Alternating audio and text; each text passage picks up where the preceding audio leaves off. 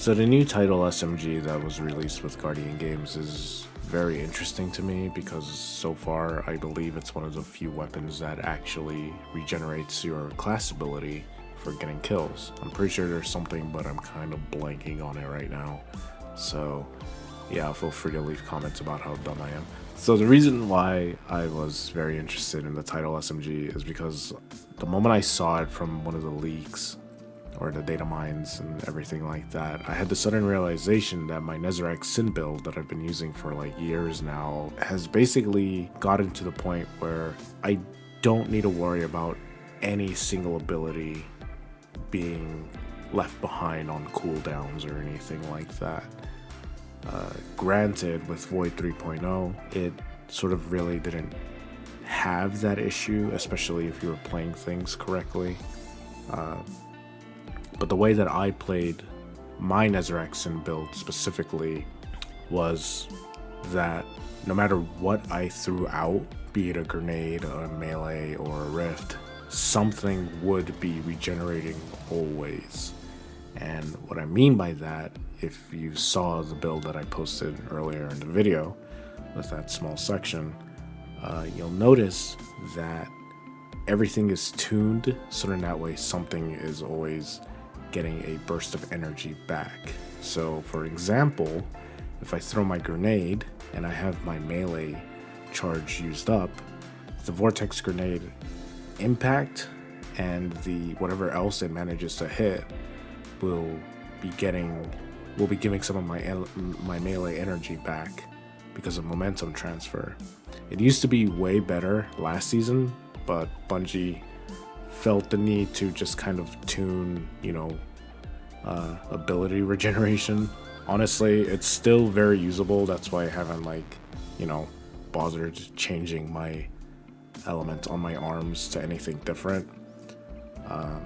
So yeah, grenade would get me melee energy back because of momentum transfer, and I have obviously used up my grenade. So if I use my rift, bomber, which I'm using 2 now, would give me grenade energy back. So it's kind of like, a recycling effect of, you use this, you get this back, etc.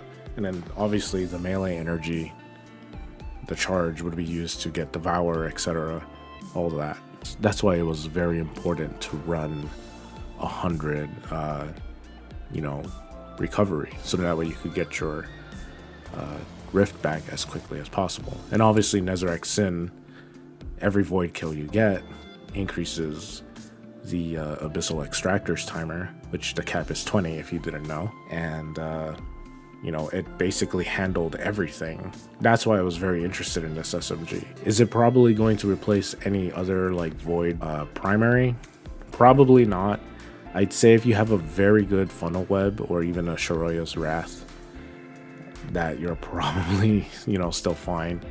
Nezerac Sin basically does a lot of the passive leg work as long as you're very aggressive with void kills. But I think that the title SMG is still probably worth it because of, sometimes you just have no charge for anything, and at least it helps you with the ability regeneration. I don't really see Bungie doing anything to the rift timer at all because it's like fine. And considering that it's an SMG, it's not anything that's like, if it was a power weapon giving you class ability back, then maybe there'd be a problem.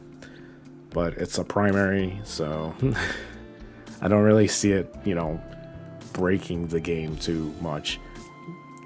But with the title SMG, I feel like the Nezerac Sin build is basically complete.